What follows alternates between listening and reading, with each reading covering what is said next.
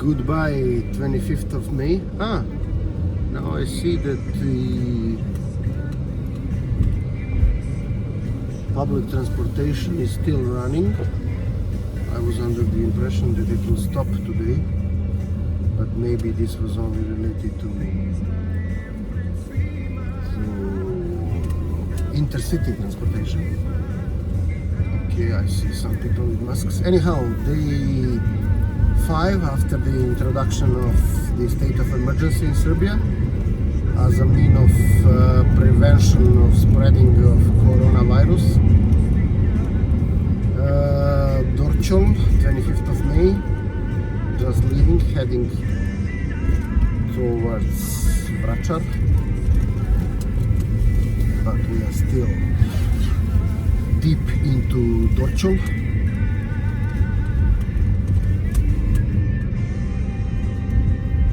Dorčol in the 90s was famous for its gangs, because the 90s, at least as far as Serbia is concerned, and in general ex-Yugoslavia, are the years that we would wish to forget as soon as possible. It was really disastrous. But now that I remember this, that time of my life, there was a war. The separation of ex-Yugoslavia ended up in a bloody war.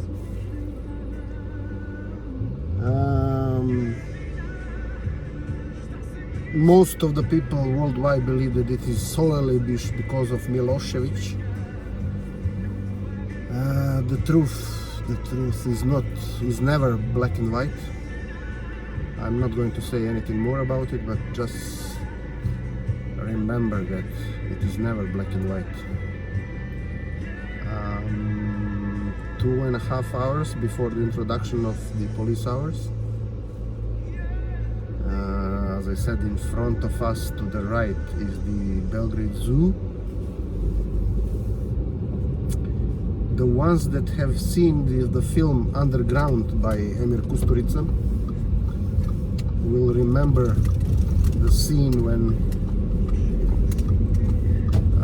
during the bombardment of the 6th of April 1941, when the Nazi troops have bombarded Belgrade and Serbia in general, some of the bombs have hit the zoo, and some of the walls, protective walls, have been broken, destroyed, so that the wild animals went out of their cages and the protective areas, and started wandering around the city, also pretty much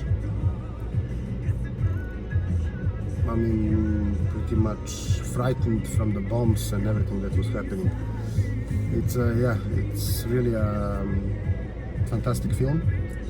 If you haven't had the chance to look, to see it, it's old already, but it depicts very well Serbian mentality in both positive and negative way. Because, as I said, nothing is black and white. Now, this funny vehicle is rather new. Nice. Didn't know about it. So again, the street of Cara Dušana. Dušan, as I said in one of my previous videos, Car Dušan Silni meaning the translation is Silni is,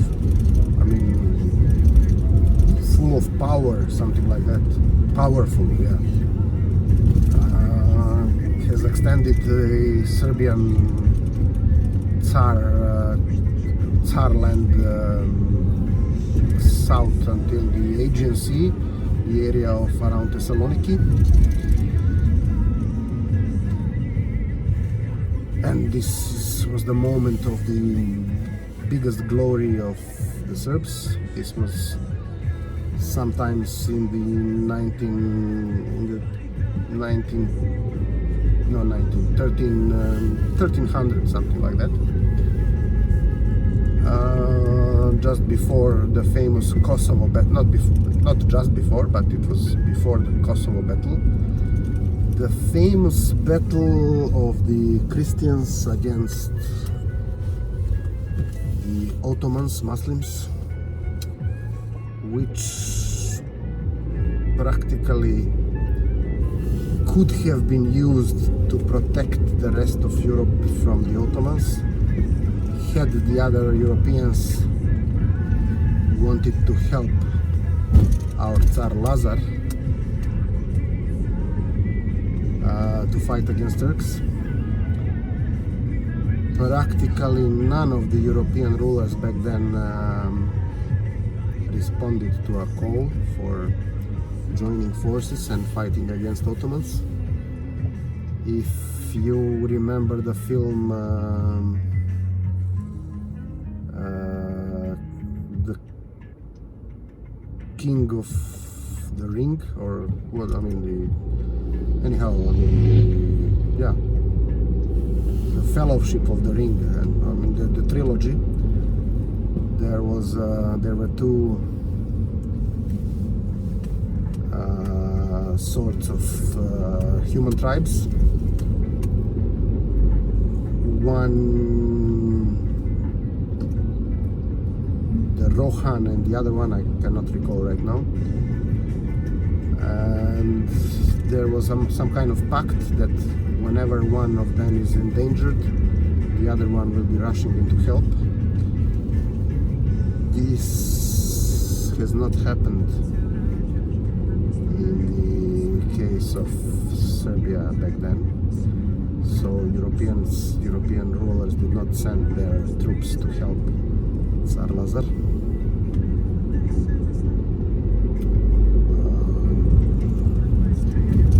By the way, there is a theory that this film, the trilogy, was the landscape used to depict the area where the whole thing was happening is actually Balkan Peninsula. There was a guy who explained it very well, which particular areas were used as inspiration to which part of the imaginary world of the film. I remember particularly Kopački Rit in today's Croatia. That was also used practically as an example of depicting one of the areas described by the film, but never mind. The music in the background, again, Toše Proeski, my favorite singer from Macedonia, tragically died in a car accident.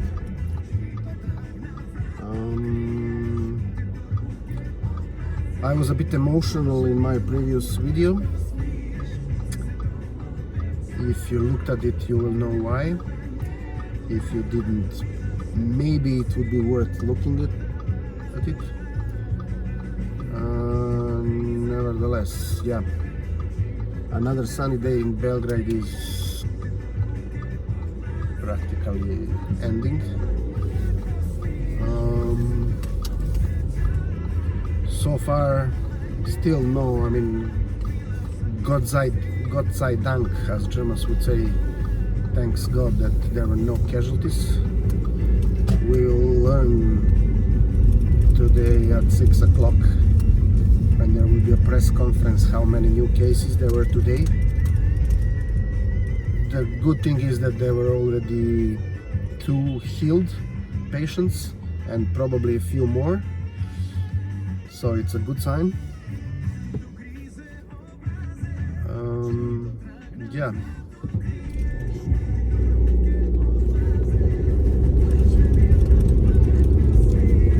Again, the street called Belgradska Street in Belgrade. Interestingly. Passing next to Tashmaidan, next to the Faculty of Law of the University of Belgrade. Almost crossed Boulevard Revolucije or Boulevard Kralja Aleksandra, as it is called today. There is an interesting thing about Serbia. I mean, the streets in Serbia, but in particular in Belgrade, they were changing names quite often, and it was so confusing for the foreigners, even for the locals. There is a street close by here that changed names at least 6 times only in the over the 20th and 21st century. I mean, up until today. Currently it is called Svetogorska. Svetogorska meaning the street of Sveta, practically devoted to Sveta Gora. Sveta Gora meaning holy mountain. This is how us Serbs are calling Agio Oro in Greek, which is the holy mountain. This is the 3rd finger of the Chalkidiki Peninsula in Greece. The one that is closed for public, a holy place where there is a number of Christian Orthodox monasteries. So in order to go there, first of all, women are not allowed to go there at all, and males are only allowed based on a special permission, kind of a visum. It's relatively easy to obtain this visum. At least it is easy if you are an Orthodox Christian. I never tried to get a visa as a Catholic or anything else. The only time I went there, I just said my name and had to send the fax. Honestly speaking, they never asked me whether I was an Orthodox Christian. Not directly, but probably based on my name, they realized that I am.